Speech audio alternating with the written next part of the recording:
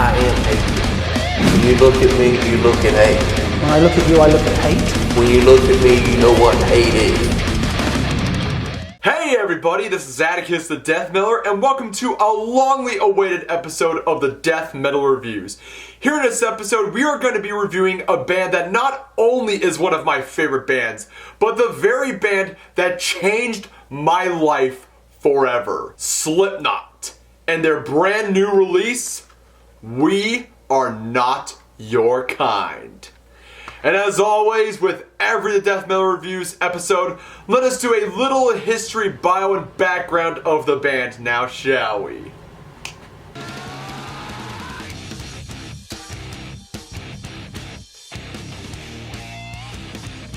If there was a state that properly depicts the American Midwest, it would be that of Iowa, the Hawkeye State, God's country, a land of vast plains, farmlands, and deteriorating small towns of old. A state in which a lot of people really have not much going on for them at all. But Iowa is known for one thing in the metal world: bring out a band that came out from nothing, took the world by storm, and became one of the most important bands in the past 20 years. A band that personally brought out a humongous impact in my life, that made me hooked into the world of heavy metal. Slipknot. Slipknot was a new metal band that formed in Des Moines, Iowa in 1995, founded by Sean Clown Cran, Joey Jordison, and Paul Gray. Press F, boys. Sean, being the only percussionist of the band at the time, was a very breathing, living soul of the band. An insane architect that was fixated in his vision, like that of my favorite film hero Stanley Kubrick. If you are not convinced, this is an interview that he did with Banger. And I'm going to tighten up every loose end, from the way we tie our shoes, to the way we play, to the way we look, to the way we act, to the way we talk, to the way we walk into a venue. I'm going to tighten it all up. And it's not going to fail, and it's going to be noticed, and if it's not noticed, I'm going to kick the door in. And that kind of attitude that Clown had for the band really paid off. And what do I mean paid off? The band sold over 40 million albums, put out 5 DVDs, 4 albums that made it platinum, 2 of them made it to #1 on Billboard, winning the Grammys for Best Metal Performance. All of that success really came from Clown's vision of the band. But the big elephant in the room is, of course, the big persona of the band. The masks. Those creepy ass masks they've always shown off when they drop off a new album.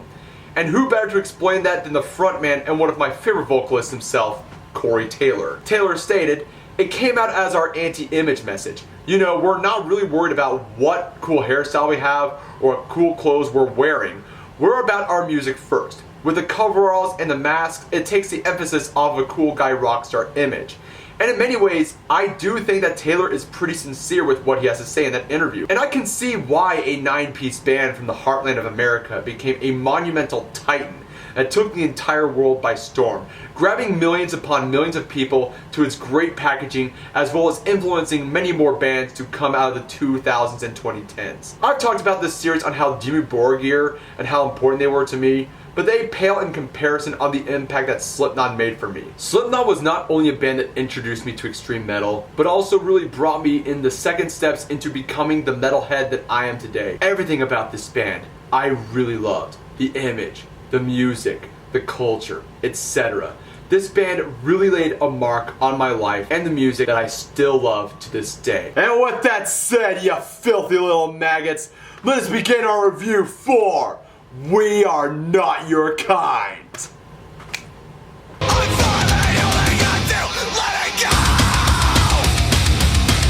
We Are Not Your Kind was again produced by Greg Fiedelman. Now, those of you who are familiar with this name or who are not familiar with his name, he produced Slipknot's last album, Point 5 The Great Chapters. Now, Greg Fiedelman has quite the diverse wrap-up sheet into helping out with a plenty of artists. And the artists that he has worked with are the very following: Metallica, Slayer, Black Sabbath, Marilyn Manson, Neil Diamond, Adele, Red Hot Chili Peppers, System of a Down, Johnny Cash, Sick of It All, and Audioslave. Now, I have to be really honest, that is quite the diverse list that Greg has worked with, and this guy has really worked with a lot of pop artists, country artists, grunge bands, rock and metal bands. He's worked with them all. He's a pretty well-respected music producer. So Slipknot wasted no times and no efforts and didn't cheap out onto hiring the best of the best into working their music. And how do I know this? Well, if you look back at their very humble beginnings on Mate, Feed, Kill, and Repeat, the band spent over $40,000. And this was before Corey Taylor was with the band. It is also the second album to feature Jay Weinberg, who replaced Joey Jordison. And fun fact for all you music nerds, he's actually the son of Max Weinberg of Bruce Springsteen and Alessandro Venturella of bass, who replaced Paul Gray. It is also the album that features their newest member, Tortilla Man, I guess his stage name is called, in which he was the replacement for the longtime member and one of my favorites, but is now a current former member after some drama went down onto this guy, Chris Fiend. Press F again, boys. Press F. Now I understand that Chris Fiend had said that he was being paid less, and he was saying a lot of very uncomfortable things about the band. It's just not the same without him. It's just not the same. It's also not the same without Joey or Paul Gray. But with this album right here, it has really proved, with all the shortcomings and the setbacks of the band, not too long ago, We Are Not Your Kind reached Billboard #1 once again, beating Drake and Ed Sheeran. As I've stated before, when I mentioned Mate, Feed, Kill, Repeat, this is a band that goes far and beyond to bring out the best quality of music. I mean, and it really does fucking pay off. Now, I heard a lot of people are saying that this album is in comparison to Iowa. Many people said that with All Hope Is Gone and .5 The Great Chapters, but nothing will ever compare that to the monster that was Iowa. Iowa is pretty much every Slipknot fan's bread and butter, mine included, and it is probably the most aggressive and most hate-filled album that the band has ever made. And if you look at interviews by most of the band members, including Sean Cran, they said, "We hated this album, we really did." And I can see why, because if you look at some of the interviews that they have done when in regards to Iowa, this was an album that almost tore the band apart and shit, because there was so much toxicity amongst the band. But they managed to do it and bring out one of the greatest albums ever in the 2000s. I really do say that. But what I really find interesting upon this album, We Are Not Your Kind, is that this album draws elements from the band's previous works, from Volume 3, Subliminal Verses, All Hope Is Gone, .5, The Great Chapter, and even lyrical meanings upon Iowa in regards to events that happened in Corey Taylor's life not too long ago. And also, the band has really jumped into a lot of elements like nu metal, groove metal, alternative metal, and industrial metal, and electronic and experimental noise elements into their songs. And they've been doing it for quite some time, which a lot of nu metal bands really don't do a lot of. And in the case of Slipknot, they are a band that really jump amongst other subgenres and form into their own monster. And We Are Not Your Kind sees a lot of that into this new album. They've done it very well, along with one of the members, Craig Jones, adding a lot of his samples and keyboard elements into a good chunk of all of their songs, which I really do like, that a lot of his work is being brought out onto this album, because you really don't see a lot of Craig Jones doing a lot onto, you know, the self-titled album, Iowa Volume 3, All Hope Is Gone, and .5 The Great Chapters, where you see minor bits of him along with Sid Wilson doing the turntables, the DJing and stuff, which I find really awesome, because it really shows that Craig Jones is a valuable member of the band as well, using a lot of his samples, keyboards, and electronic experimental noise influences into this album right here. So we are now gonna finally delve onto the songs that I chose for this review. The first song that we are going to be reviewing is actually the first single that Slipknot brought out to promote their new album, Unsainted. Now, most of you are going to be saying, well, their first single was actually All Out Life, which was released in Halloween of 2018. But I'm trying to be more actually technical over here in regards to We Are Not Your Kind, which is the very first single they brought out off of the album to promote We Are Not Your Kind, which is Unsainted. Now, yes, in All Out Life, Corey Taylor screams out We Are Not Your Kind at the very end of the song before they do the end of the chorus. But yeah, that's out of the question right there. So we're gonna go on to the very review of the song. This song has some elements off of two Slipknot songs. The first one being Duality. When you listen to the chorus, it almost sounds like in reminiscence of Duality onto Corey Taylor's singing tone onto the chorus of the song.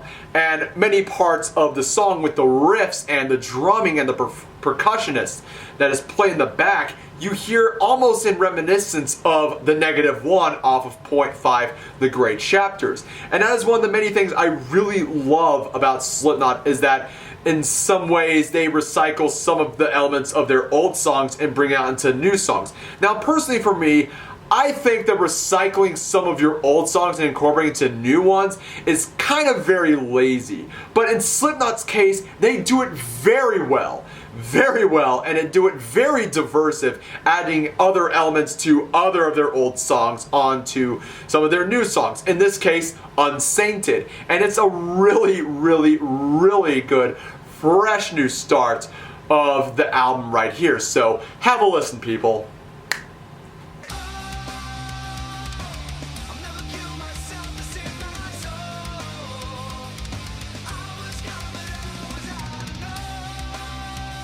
The next song on the list is Birth of the Cruel. Now, this was another song that I really did like. I do like on how it adds all the percussion and elements, as well as the turntables of Sid Wilson and the samples off of Craig Jones, to bring off a alternative metal as well as experimental industrial noise metal sound elements to make it look very creepy as well as dark. But it's Slipknot, so a lot of songs off of Slipknot are very aggressive and dark. While researching upon this song, the song, just like other singles, talks about the vocalist Corey Taylor's struggles with depressions in lines like, "Never underestimate the agony." Also, the song shows how he changed to overpass this problem, saying that it's the death of the fool and the birth of the cruel.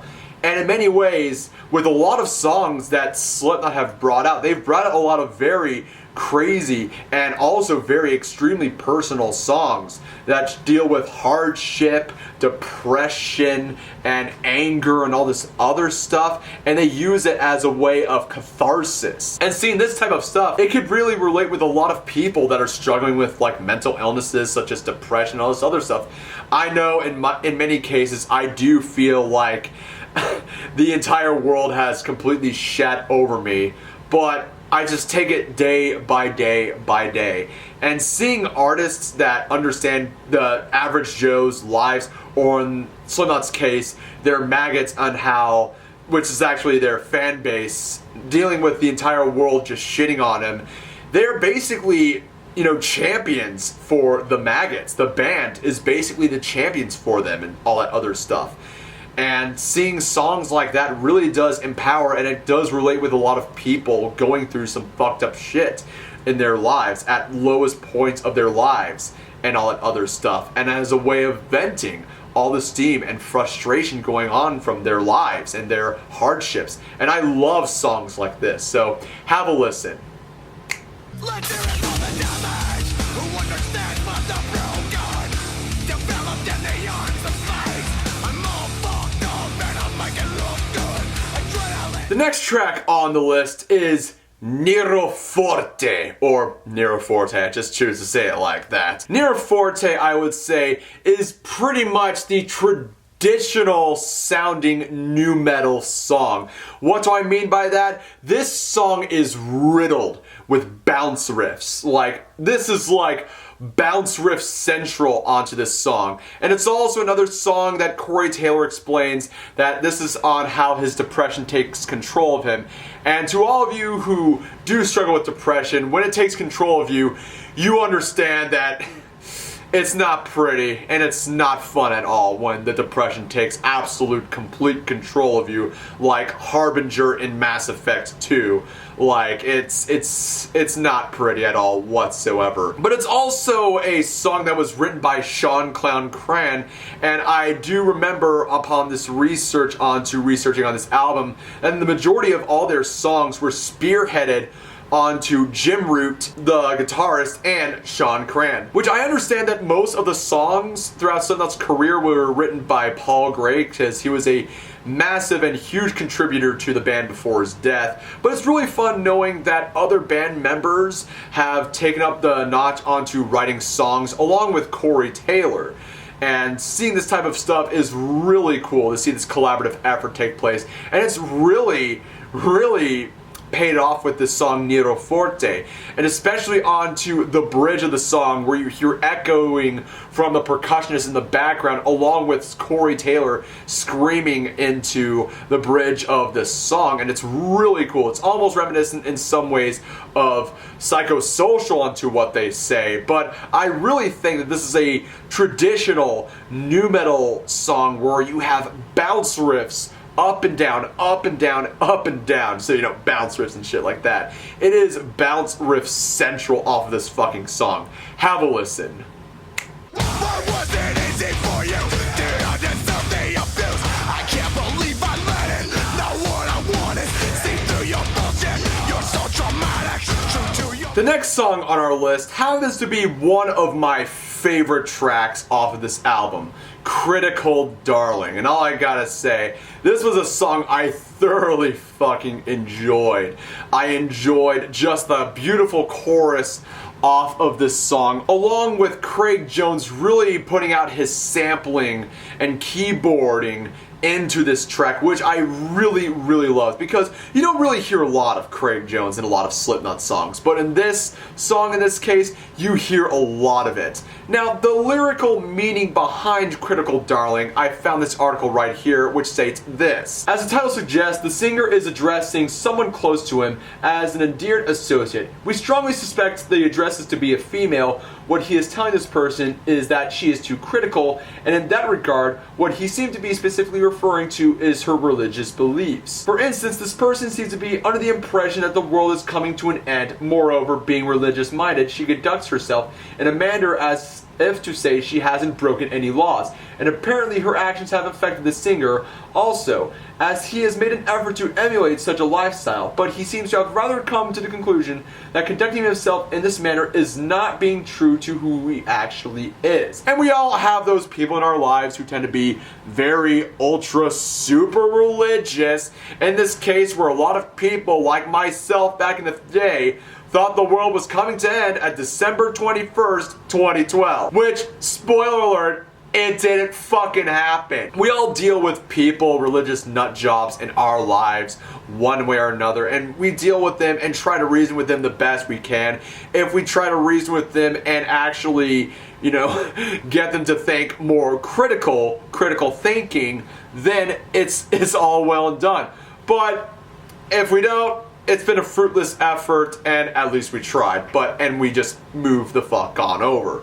And that's the case with this song right here, because in truth, you are gonna deal with a lot of people that are beyond logic and reason and tend to go over to their Bibles, their Torahs, and Korans for guidance and assistance. Now, I'm not saying that religion is all bad. You could be religious and also have critical thinking and think for yourself. That's what I'm trying to say here. But when you try to cling on to religious doctrine way too much, that is where you're gonna lose a lot of friendships and a lot of ties to a lot of people. So that's just my personal thoughts and opinions. What do you think about this whole thing? Leave it down in the comments below and listen to the song.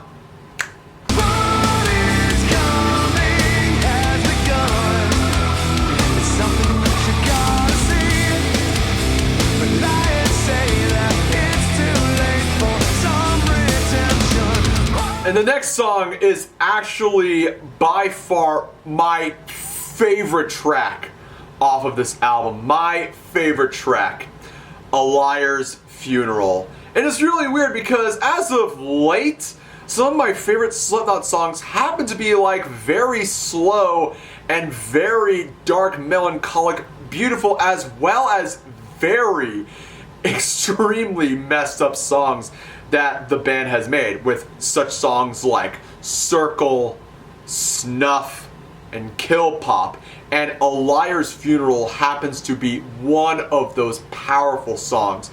Again, it's another song that Corey Taylor has made about depression, in which he stated onto this interview saying, in the song, Corey seems to point his finger at the friend who looked down on him for his depression, calling them liars and advising the listener to never trust that type of person. This leaves him hopeless, and it makes him feel like the only way to make them happy is dying. By doing that, he's playing his part, this has to say, giving him what they really wanted. And that is actually a very goddamn true statement when it comes to people who do suffer from depression every single day. Because no one actually treats these people who suffer with mental illness very seriously. And it's like every single goddamn day where we lose people like Chester Bennington and Little Peep, and amongst other artists who do suffer with mental illness, is that we never take it seriously until they all die. We're like, oh, whoa, he was such an inspiration. We need to be more serious onto mental health. And then they just drop it. And it's like bullshit. Fucking bullshit. I think all of us really need to really wake the fuck up and understand that the people who struggle with mental illness are true motherfucking warriors. Now, aside from that rant over here, let us go over to what Jim Root had to say onto this song. This is the one song that I was like, that has to be on the record. It was a demo that I worked on at home and I got really fond of it, but then put it back on the back burner while we were working on other songs. Corey put lyrics to it, and then I just loved how heavy it was. It doesn't have to have any thrashy, fast speed metal kind of stuff, but it's so melodic and has these grindy bits in it. Parts of this are like real horror, and it's true, it does sound like horror as well as beautiful melodic elements onto this song. And that's where I love on how Slipknot mixes these types of song with the beauty and the horror onto these types of songs. And this really does prove it, that you can't be fast, heavy, and aggressive just to make really heavy songs. You most of the time just have to have, you know, slow, dark, melancholic, and melodic elements into your songs, and to bring out a very heavy song. And it's also a song that really deals a lot of shit on how people deal with mental illness, and a lot of people don't take them seriously and just say, oh, you can just work out, oh, you can just do this, it'll make you feel better. No. People have such a very inept view on how mental illness works. It is so fucking sad at this time of age, and where a lot of people still to this very fucking day don't treat mental illness very seriously. And this song is very beautiful and very heavy, into my opinion, so I'm gonna let you listen. The season at an end, a harvest of seclusion and regret. The burning can begin, a period of ash is what you get. The quiet is a curse. The next song on our list is Red Flag. Now, I think the song's title is pretty self-explanatory, but this is the typical Slipknot territory that we are going in with, as in the aggressive musicianship as well as the aggressive lyrics. And in this case, the song Red Flag is about fake and toxic people that are in our lives. Now, we have all in our lives dealt with fake people and toxic people in our lives. You have, and I have, my friends have dealt with them. Amongst everybody has dealt with people that were fake and toxic and just downright shitty people to begin with. They start off nice and sweet and give you all this shit to trust you, but then they completely stab you in the back or bite you in the ass and do everything in their power to make you look bad. I think we've all been in that boat. This song, I would indeed say, is an aggressive song. The typical Slipknot aggression, and it deals with all the fake people that all of us have dealt with in our lives. And I think this is a perfect song as a big fuck you to all the toxic people that we have all dealt with in our lives. Have a listen.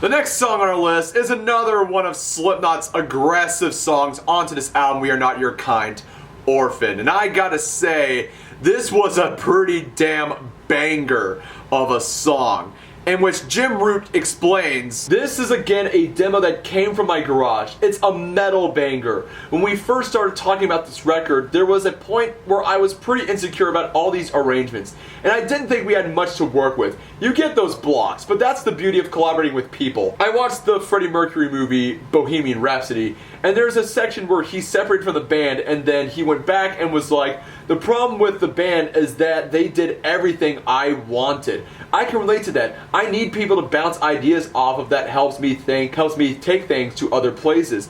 And I absolutely agree with that, because when you are working with a band, mostly to band members who have a lot of great and endless ideas, they take ideas, bounce it off of one another, and you make a banger of a track. But what I really took from this song is that when you listen to some of the riffs from Mick Thompson and Jim Root, it is almost in reminiscence as if you were listening to a track off of Nile.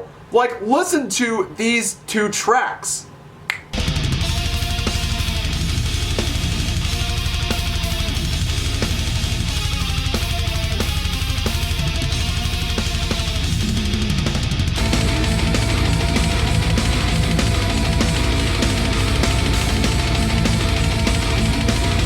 And you tell me that this song does not sound like that you would hear off of Nile. And that's one of the beautiful things about Slipknot, because they derive a lot of influences from like death metal, grindcore, hardcore, and industrial and experimental noise off of, you know, their musical catalog. Again, as I said, they are not the typical nu metal band because they derive a lot of musical styles and influences than your typical run-the-mills nu metal band that focus a lot more of their image than their music. And that's why Slipknot to this day has really succeeded, and as well made it to #1 on Billboard this year, beating Drake and Ed Sheeran. Bars. I mean, and this just really proves it right here, so have a listen.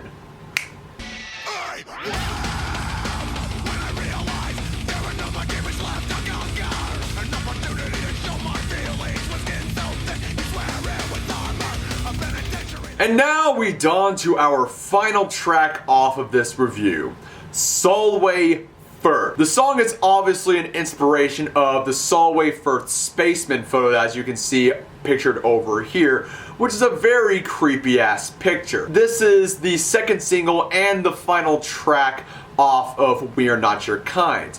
Now, this song is pretty cool, and I really do like the aggression as well as the calmness onto some parts of the final song. Now, the very beginning, I do love the beginning because in which Corey sings, "Tonight I count all the killers," so to say.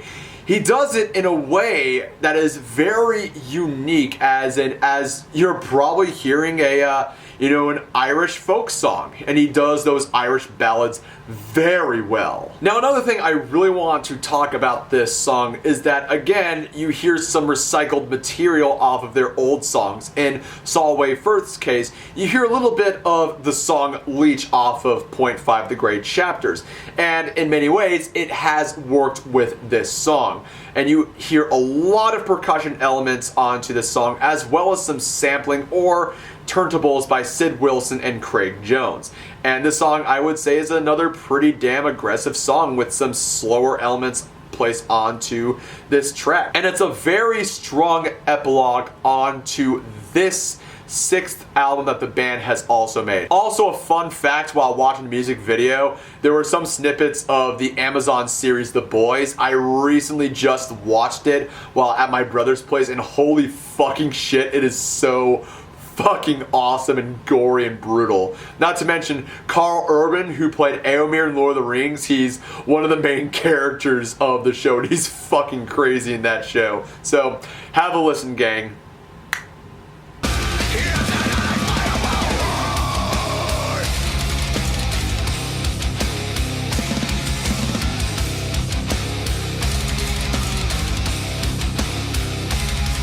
We Are Not Your Kind has shown to the world that despite Slipknot's setbacks, lineup changes, they are not a band that is going to slow down anytime soon. With the architect Sean Cran behind them, their absolutely amazing work ethic and their no-quit attitude and their loyal followers known as maggots, they have shown they've brought out another great album. All I gotta say with the fact that they focus on the production quality as well as their musical elements and the lyrical meanings and the hardship and the heartache that the band has been through, losing Paul Gray and cutting ties with Joey Jordison as well as Chris Fiend. It has proven to bring out really good fuel for the band, and that this band is not gonna quit anytime, anywhere soon. I was gonna put this album a 9 out of 10, but after digging through more onto this album and listening more onto these songs, I will indeed say this. We Will Not Your Kind, without a fucking doubt, gets a 10 out of 10 for this review.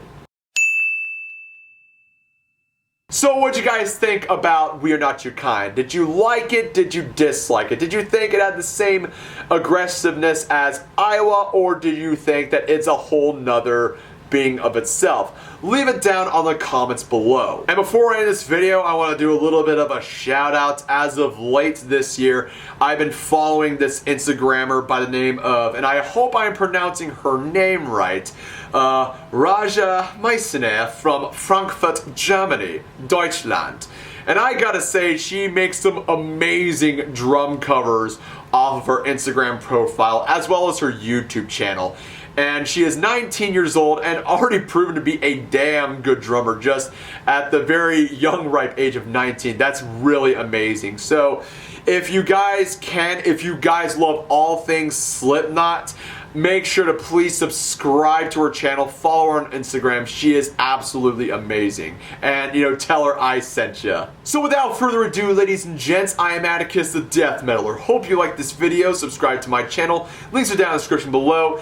Keep it metal and have an excellent and blessed day, y'all.